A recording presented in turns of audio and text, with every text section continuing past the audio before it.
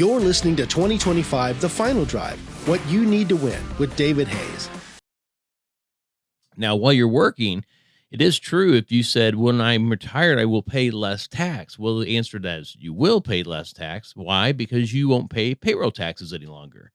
When you get into retirement and you focus on a pension, Social Security, investment earnings, IRA distributions, all of that is taxable income, but it's not payroll tax. So you don't have to pay the 7.65% that we all pay, and your employer pays the other half of Social Security and Medicare. So that's off the table.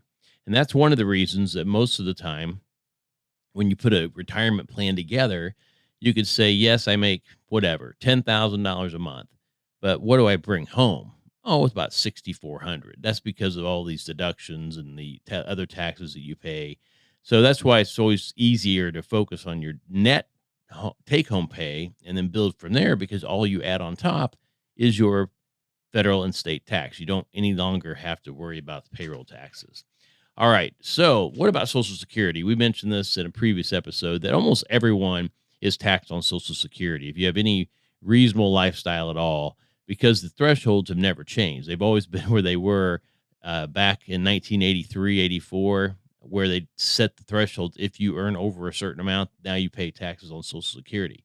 Most states do not charge tax on Social Security. So that's a good thing. I actually was looking at an article from the New York Times and just sort of laying this thing out as the ordinary way of thinking about it. It said right up front, your tax burden will probably lighten when you retire. And that's essentially what I just walked you through. Now, income taxes, they do tend to fall because your total income is usually a little bit lower. And again, only a portion of your Social Security is taxable. So you have to have careful planning that can reduce your tax burden in retirement. In other words, being efficient about taxes can have plenty of substantial impacts on you down the road, especially if you have a large IRA. Some planning can be super helpful. And I always say, yes, planning is important, but management is even more important. So this is a process where you figure out where you fall in the tax brackets. We know that they're going to expire at the end of 2025. So we have a short amount of time to make some real strategic moves. So that's the encouragement there. Also, I found in this article, our good friend Ed Slott was quoted. And it's, of course, one of his good analogies. But he says, of course, the U.S. retirement system is structured to provide tax advantages while you save, but the income taxes are due when you draw these monies out. So he says, think of your IRA as a joint account with Uncle Sam, because that's what it is. Part of that money is owed back to the government when you draw it out in retirement. How much, he says, depends on what? Future tax rates. So most workers approaching retirement have most of their savings in the tax deferred side. Actually, as of the third quarter in 2021, Americans held $37 trillion in retirement assets. It's crazy, right? That means all of that low-hanging fruit, and most of it is in those defined contribution plans like 401ks or IRAs or defined benefit pension plans as well.